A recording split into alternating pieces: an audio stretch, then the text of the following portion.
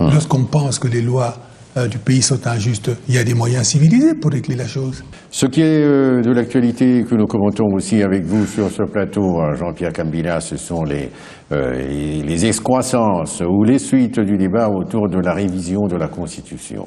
Vous êtes de ceux que le clergé catholique de Kinshasa a convié à une série de conférences qui n'a manqué d'ouvrir sur des controverses de divers ordres. Le cardinal pris à partie, les médias indexés comme envenimant la place publique. Mais c'est comme si on est encore très loin de la tolérance, même quand il s'agit d'exercices qui devraient nourrir la démocratie. Non. Bon, j'ai été invité par la commission des intellectuels catholiques, étant catholique moi-même, et pensant que j'avais quelque chose à dire, je m'y suis présenté et je me suis exprimé en toute liberté, comme se sont exprimés les autres, c'est-à-dire les professeurs Kalele de l'opposition et le professeur Njoli de l'opposition. Vous n'y allez pas comme conseiller du président de la République, mais comme catholique. Mais bien évidemment, là-bas, il y avait la présidence n'a rien organisé là-bas. Je suis allé là-bas comme un catholique qui pense avoir quelque chose à dire. Et je l'ai dit, en toute liberté. Et d'entrée de jeu, vous pointez le doigt sur l'opposition congolaise et vous estimez qu'il est déjà entré dans une campagne que vous estimez être prématurée. Bien évidemment, chacun le constate. Nous sommes à mi-chemin de la législature, la deuxième législature de la Troisième République. Nous sommes en mi-chemin. Or voilà que certains compatriotes estiment nécessaire d'amener le débat sur ce qui va se passer en 2016. Bon, nous nous sommes tus à un moment donné, je me suis tu avec la plupart des gens qui pensent comme moi, estimant que la fronde de toute promotion gardée va s'arrêter assez rapidement, ça ne s'arrête pas. Donc, à partir de ce moment-là, il faut répondre, il faut participer à ces discussions, puisque c'est une discussion que des compatriotes ont ouvert. J'ai pris position. Qu'est-ce que ces oppositions à vous entendre parler de la sorte quand vous les indexez comme faisant les choses de manière prématurée? Qu'est-ce qu'elle aurait pu faire de mieux, d'après vous? Elle aurait pu continuer à exercer sa pression naturelle dans son rôle, dans le rôle qui est le sien. Bon, elle a préféré ouvrir une confrontation démocratique qui devait avoir lieu quelques mois avant 2016. Maintenant, il faut répondre, il faut participer. On ne peut pas être indifférent quand on discute du sort de son pays, quand on discute du lendemain de sa nation. Alors, la discussion, elle a tourné sur quoi? Elle a tourné que immédiatement, nos compatriotes se sont, j'allais dire, arc-boutés sur le fait que 2016 devait être la fin d'un régime politique, qui est celui qui est au pouvoir aujourd'hui. Quel que soit ce qui est fait, 2016, selon eux, doit être la fin. Puisque je pense différemment, je suis allé m'exprimer. Mais quand vous prenez les choses de cette manière, vous esquivez un peu ou bien vous fermez les yeux sur cet ouvrage d'Évariste Bochab qui, quand même, ouvre le bal de toute la controverse qui, depuis, est très alimentée et même nourrie. Non, j'entends. Qu'est-ce que vous dites de ce qu'il écrit? La réflexion, on ne peut pas l'arrêter. Oui. La réflexion intellectuelle, on ne peut pas l'arrêter.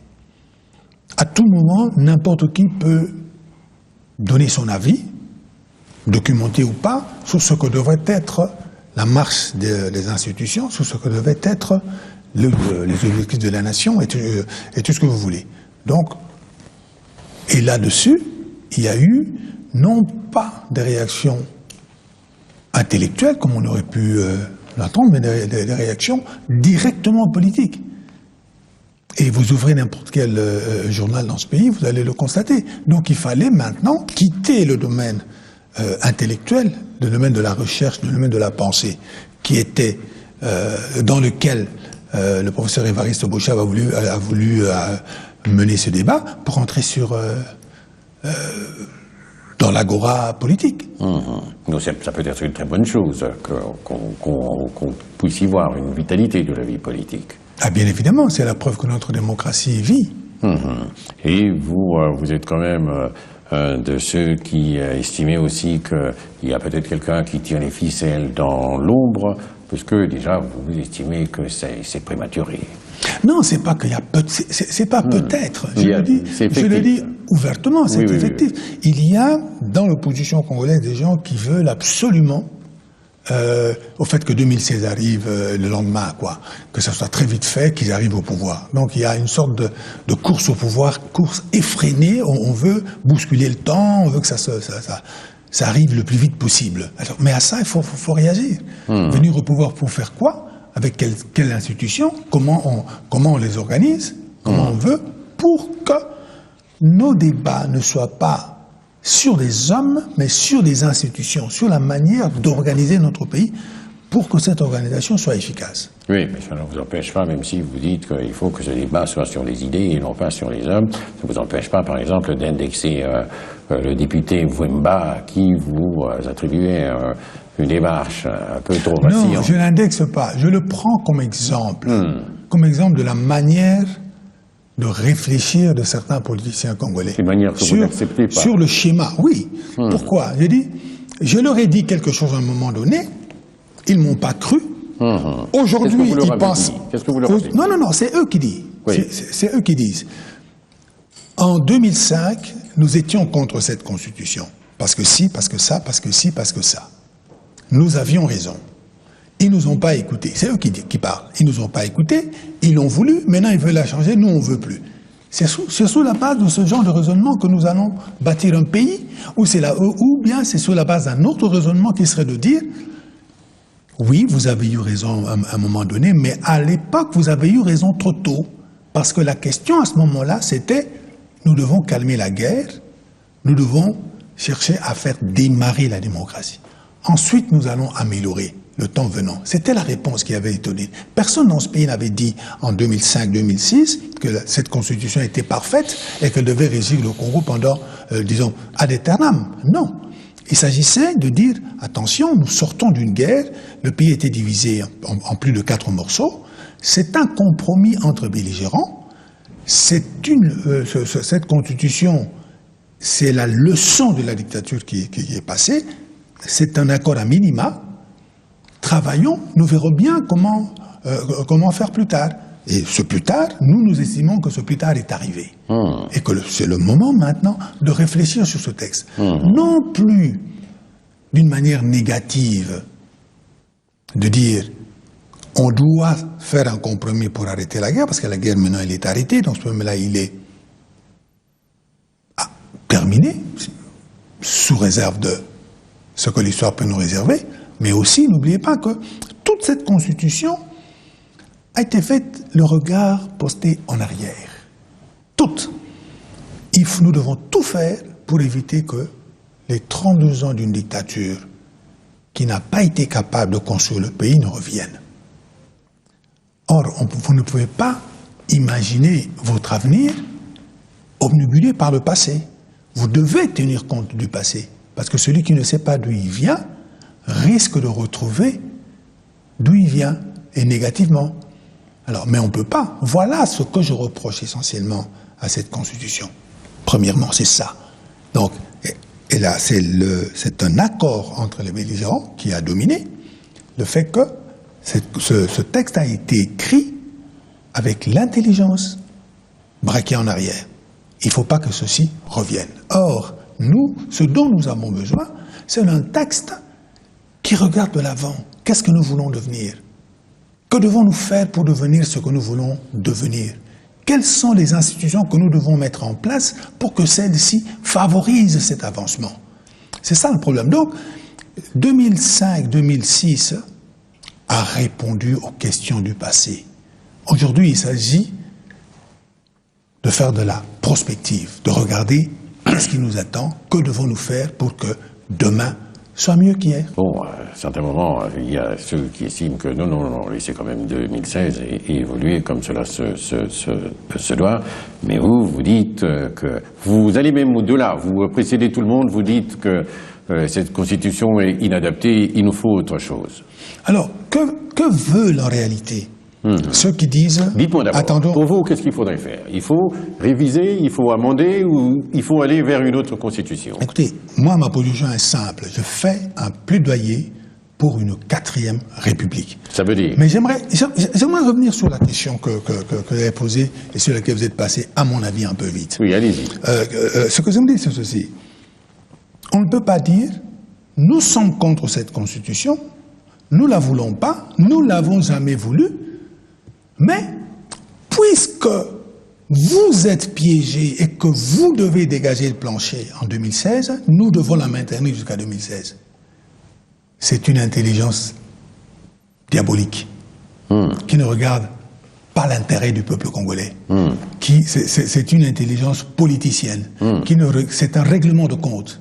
Or, on n'en est pas là lorsqu'on gère un pays. On n'est pas là pour régler les comptes. On n'est pas là pour avoir des intelligences diaboliques de cette manière-là. Nous sommes là pour répondre à une question simple.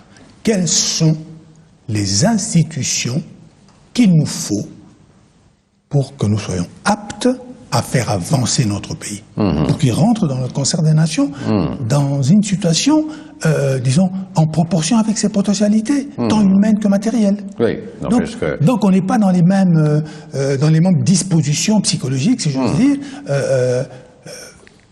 dans les deux camps. N'empêche que la vérité que vous pouvez professer maintenant et qui peut être comme celle des autres, il faut qu'on se le dise, ne vous exonère pas d'une sorte de démagogie de politicien. Mais non, pourquoi démagogie? Il faut qu'on fasse la démonstration de la démagogie. Je dis tout simplement, nous avons un texte que je considère comme faible. Pas seulement que je considère comme faible, mais que l'on peut constater ensemble que ce texte est faible. Et ce genre de point de vue, est-ce qu'il vous fait tomber tous dans une sorte de polémique? C'est pas une polémique, ce que nous voulons, c'est pas de polémiquer, c'est de dialoguer. Est-ce que, lorsque je dis ce texte est faible, pourquoi il est faible? Je le dis, son origine, il est absolument inadapté à ce que nous voulons. Je viens d'en faire une toute courte démonstration. Pire encore, il est objectivement, et j'insiste, objectivement impraticable.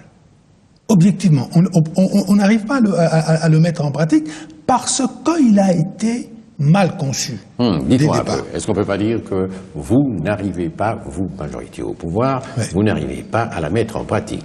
Là, vous pouvez répondre très brièvement. Vous n'arrivez pas. Oui, on peut poser cette question de cette manière-là. Mais ma réponse est très simple. Oui. Les institutions ne sont pas là que pour une majorité et pour une opposition. Puis deuxièmement, l'opposition a des moyens de travailler. Et certaines personnes, mais là, j'aurais pas aimé dire ça, mais je le dis quand même, parce que j'aurais pas voulu rentrer dans ce genre, parce que là, c'est l'aspect polémique de notre dialogue. Mais je prends un exemple tout à fait simple. Nos compatriotes actuellement à l'étranger, qu'on appelle ici diaspora, un mot que j'aime pas trop. Beaucoup ont pris des nationalités étrangères. Pour des raisons que je comprends bien, ayant vécu à l'étranger. Moi, j'ai pas eu besoin de le faire, par chance. Un peu comme à l'époque de Mobutu, on disait que c'était des réfugiés sociaux. Maintenant, on ne les veut pas. Voyez-vous, soi-disant qu'on ne les veut pas. Parce que la Constitution dit clairement que pour être Congolais, il faut être que Congolais. Bien. Celui qui était à la tête du Parlement à l'époque, qui a bloqué cette question. Vous voulez parler de qui? C'est un membre... Non, il n'y a pas besoin de citer des noms. C'est un membre de l'opposition. Celui qui est à la tête, il faut que tout le monde sache de quoi vous parlez. Bon, ils savent très bien. C'est un membre de l'opposition ou un membre de la majorité au moment où nous parlons? Voyez-vous, si je prends cet exemple, c'est simplement pour dire que ce qui nous importe, c'est pas de dire c'est la faute à... Vous voulez parler de la période du MLC en 2006 ou quoi? Non, c'est pas ça? Peu importe. Mon message, c'est de dire l'intelligence devrait nous pousser à ne regarder que les faits. Que les faits. Les faits est que vous avez dans cette Constitution des choses que nous n'arrivons pas tous ensemble à mettre en pratique. Les provinces. Aujourd'hui, vous avez des ressortissants de certaines provinces qui ne veulent pas comment on dit, du découpage de leur province. Oui. Ils ne veulent pas que ça se coupe. Mais ces gens-là, ce n'est pas que les gens de l'opposition ou les gens de la majorité. C'est tout le monde. Vous trouvez des gens qui veulent dans les deux camps, vous trouvez les gens qui ne veulent pas dans les deux camps. Il faut trouver une solution, et une solution qui regarde devant, pas qui regarde derrière. Voilà pourquoi je dis, la question de « Ah oui, mais c'est vous qui devrez faire », elle n'a aucun poids de mon point de vue. Ce qui compte, c'est le constat que ce que nous avons de bonne foi mis en place ensemble à Sun City et codifié dans une constitution ici en fin 2005-2006 ne correspond pas à ce que nous devrions avoir comme objectif. Dites-moi un peu, M. Kambila, quel est d'après vous l'état de l'opinion publique par rapport à ce que vous dites? Ce que veut Non, quel est l'état de l'opinion? Qu'est-ce qu'on y pense? Qu'est-ce qu'on dit? Qu'est-ce que vous y remarquez? Qu'est-ce qui revient comme constante? Ah ben, les gens sont divisés. De manière majoritaire. Les gens sont divisés sur la question. Voilà pourquoi il faut les éclairer. Oui. Les gens sont divisés. Il y a des gens qui pensent qu'il faut laisser la Constitution actuelle, mais la preuve, c'est qu'ils l'ont dit très librement dernièrement à Notre-Dame. Il y a plusieurs autres personnes qui pensent exactement le contraire, comme moi, qui disent que, attention, nous devons réfléchir sur notre loi fondamentale. Et ça, le plus rapidement possible serait le mieux. Parce que ce pays n'a pas de temps à perdre. Ce pays doit s'organiser, ce pays doit avancer. Et pour que ce pays avance, il faut que sa loi fondamentale qui détermine son avenir soit conforme à ses potentialités et surtout à ce qu'il veut. Et cette constitution, comme vous dites, pour le moment, elle est inadaptée. Absolument. Elle est inadaptée. Et d'autres disent qu'elle est adaptée. Non, ils disent pas ça. Ça veut dire que c'est des intelligences différentes. Non, ils disent pas ça. Ils disent pas ça parce que. Ils disent qu'il est adapté. Mais je viens de vous le dire clairement. Oui. Ils disent comme moi qu'elle est inadaptée. Mais il faut la laisser parce que celui qui est en place doit partir. Est-ce qu'un pays va s'organiser en opposition à une personne? Dites-moi, alors, dans ce cas... Où est la pensée congolaise? Oui, alors dans ce cas, établissons avec vous et admettons que vraiment la société est divisée sur une question fondamentale et qu'il y a quand même un problème maintenant, il faut essayer de se retrouver parce que... Je me répète, la société congolaise n'est pas divisée sur une question fondamentale. Ce sont les politiciens. Parce que 3 semaines après, non, pendant la discussion, une frange de la société était contre. Dès que la Constitution est sortie, une frange importante de la Constitution était contre. Des grands intellectuels l'ont analysé et ont exprimé leurs réserves. L'Église catholique, le 3 mars, la Synco, sort une déclaration dans laquelle l'Église, les pères évêques disent clairement que c'est bien, nous avons un texte, nous pouvons donc entrer en démocratie, mais ce texte, il faut le corriger le plus rapidement possible. Ils le disent, la documentation, elle pouvait le voir. Bon, donc tout le monde est d'accord que ce texte n'est pas conforme, n'est pas celui qui va nous amener. Mais sauf que, il y en a qui veulent utiliser ce délai pour éliminer une personne et puis et revenir. Il y en a au sein de la Senco, au sein de l'opinion, au sein de la classe politique. Bien évidemment, comme toute la société. Donc ça veut dire que ce que la Senco admet hier, aujourd'hui, donc elle ne l'admet plus. Il dit laissez la Constitution en l'état, il faut avancer. C'est un peu ce que vous dites, non? Non, mais ce que je dis est clair. La majorité des élites congolaises pensent, comme moi, que cette constitution est inadaptée. Il y a une partie de cette élite politique qui, pour des raisons politiciennes, veulent retarder la rénovation de cette constitution. C'est sur ce point-là que je ne suis pas d'accord. Parce que quand vous êtes contre quelque chose, vous l'êtes et dès que c'est possible de changer, vous changez pour que ce pays s'arme d'une constitution pour pouvoir l'amener à quelque chose. Oui, et au moins, par rapport à ce genre de considération, vous dites que la cohésion nationale, elle est quand même mise à mal. Ça, vous le dites. Non, absolument pas, parce que c'est pas parce que... Il n'est pas à raffermir, il n'est pas à sur ce point-là, je ne pense pas, parce que c'est pas parce que quelqu'un dit je suis pas d'accord avec Kabila que la cohésion sera... non, absolument pas. C'est un point de vue dans une discussion démocratique. Et Kabila dit aussi qu'on s'est installé plus dans un débat politicien que constitutionnel ou juridique. C'est ce que Kabila dit? Oui, confirme. Oui. Positif, oui. Mais vous entendez aussi au sein de l'opinion quand les gens disent que tout le sens de votre démarche, c'est pour donner au président Kabila un 3e mandat. C'est une fausse vision. Pourquoi? Parce que c'est pas la fin du mandat du président de la République qui doit nous préoccuper aujourd'hui. Ce qui doit nous préoccuper aujourd'hui, c'est que sera mon pays demain? Ça, c'est un. Et deuxièmement, parce que moi, j'ai aucun complexe à discuter de cette affaire de 3e ou de 4e mandat. Parce que dans le pays, je dis bien le pays, parce que je me suis documenté, le pays qui a introduit cette affaire de limitation de mandat, c'est-à-dire les États-Unis, par le 22e amendement, si je me trompe, ce débat existe. Ce débat existe, et il existe depuis longtemps. Depuis que ça a été fait, et des grands démocrates. Vous n'allez pas dire que Bill Clinton n'est pas démocrate? Vous n'allez pas me dire que Reagan n'était pas un démocrate? Ils ont pris position là-dessus. Ils ont pris position, ce débat existe. Les Reagan, Bill Clinton et d'autres, et des très grands savants, des professeurs d'université, estiment que la limitation aux États-Unis du mandat du président de la République à 8 ans est contraire à la démocratie. Parce qu'elle empêche le peuple américain de décider de rester avec un président qui serait à la hauteur de faire avancer les choses. Oui, donc, c'est pas une question de démocratie ou pas. C'est pas ça. Donc moi, cette affaire-là ne me donne aucun complexe.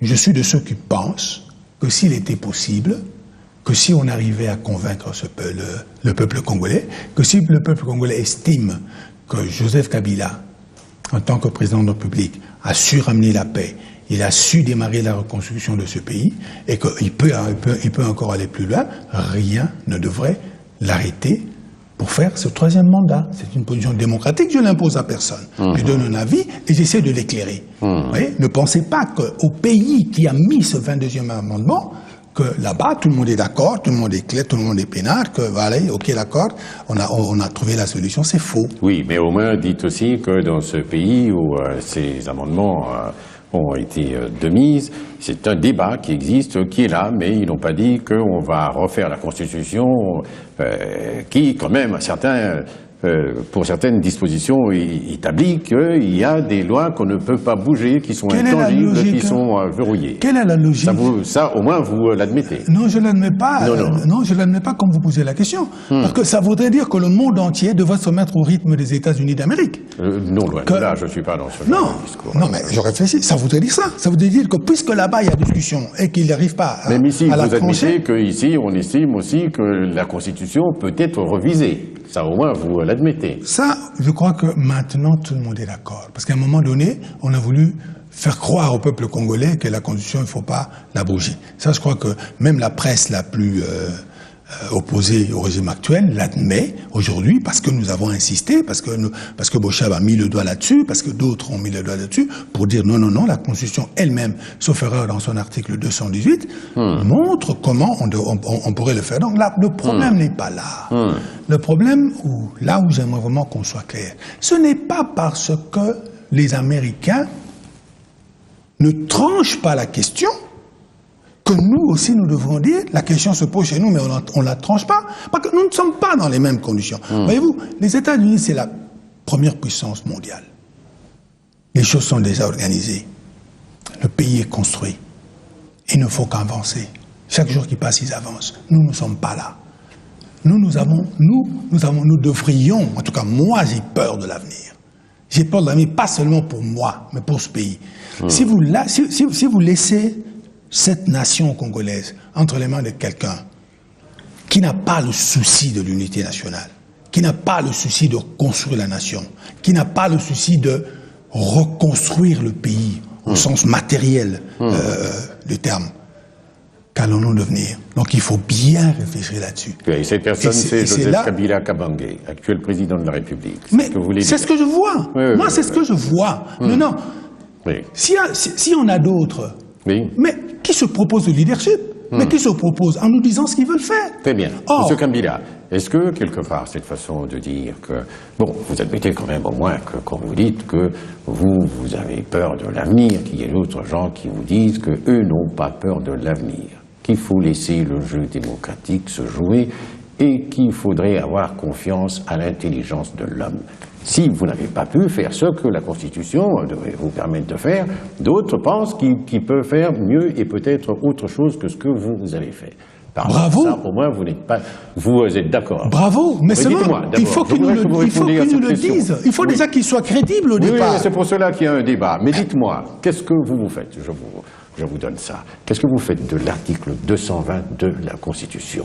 Quel est l'entendement que vous en avez? Qu'est-ce que vous en faites? Alors, premièrement, la Constitution, c'est un ensemble, c'est un système cohérent, c'est un ensemble intégré. La Constitution congolaise ne se résume pas à l'article 220. Celui qui respecte la Constitution de son pays la respecte de l'article 1er à l'article 229, puisque nous avons 229 articles. C'est ça, respecter une Constitution. Alors, l'article 220, étant un article parmi d'autres, doit être compris dans l'ensemble. Qui dit quoi? La Constitution congolaise, elle est révisable. Mais il y a des conditions pour la réviser. Il faut respecter ces conditions. Mais non, le droit constitutionnel, tel qu'il est pratiqué dans le monde, pose un certain nombre de questions, un certain nombre de conditions. Pour toucher un article aussi fort comme le 220, il faudrait, à mon avis, revenir auprès du constituant originel. Et quand vous revenez vers le constituant originel, vous allez vers une autre constitution. Mais je pense, ça coule de source. Ça veut dire que l'actuelle Constitution établit que il y a une limitation très précise du nombre des mandats et qu'il y a certains articles qu'on ne peut pas bouger, qui sont verrouillés, qui sont intangibles. Ça aussi, vous l'admettez. Mais bien sûr que je l'admets. Et si on veut aller au-delà, il s'agit d'aller vers une autre Constitution. C'est mon avis, pas seulement... Non, c'est pas seulement votre avis, c'est ce qui est établi. C'est comme ça que les choses se font. Non, mais je suis... Non. Non. Il ne faut pas m'enfermer dans l'article 220, parce que je viens de vous répondre très clairement en vous disant que la Constitution est un système intégré, complet. Il faut l'analyser complètement. Je suis revenu sur l'article 20 pour vous montrer la force qu'il a par le fait qu'il cite un certain nombre de choses qu'il interdit de faire tant qu'on reste dans cette Constitution-là. Mais moi, ma thèse, ou du moins mon point de vue, n'est pas de dire c'est l'article 20 qu'il faut changer, c'est 220 qu'il faut changer, c'est pas ça. Je suis en train de dire que la Constitution actuelle n'est pas l'instrument qu'il nous faut pour aller de l'avant.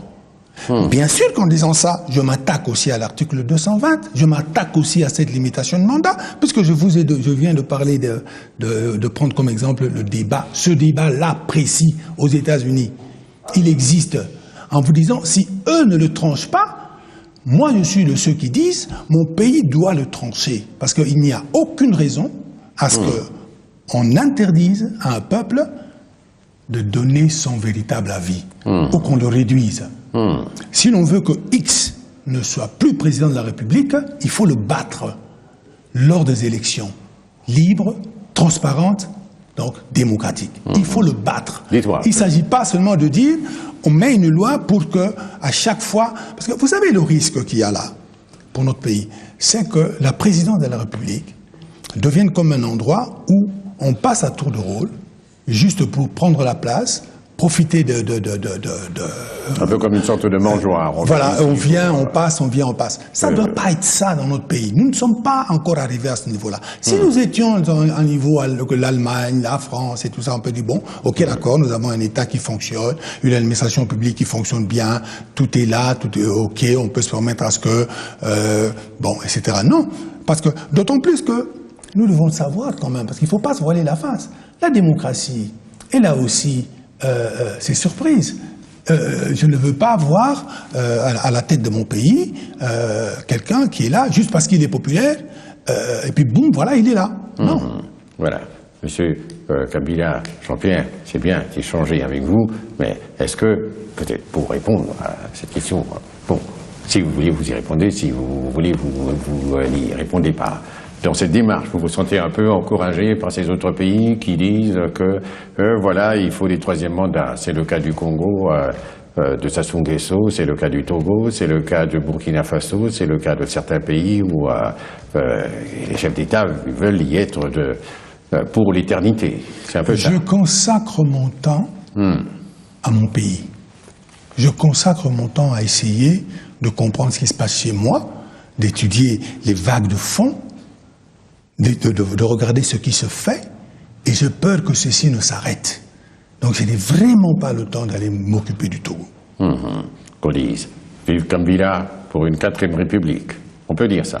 Non, il n'y a pas besoin de dire vive. Je ne suis pas, je ne suis candidat à rien. Moi, tout ce que je veux, c'est que nous réfléchissions ensemble pour faire que notre pays se donne l'instrument premier de son progrès. Voilà.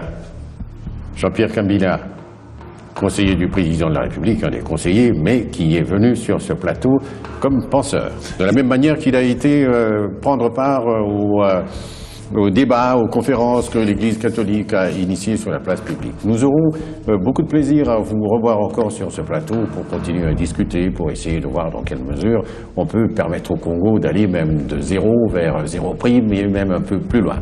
Pour ce dimanche, pour ce soir, nous avons terminé. Mesdames, Mesdemoiselles et Messieurs, à dimanche prochain. Bonsoir.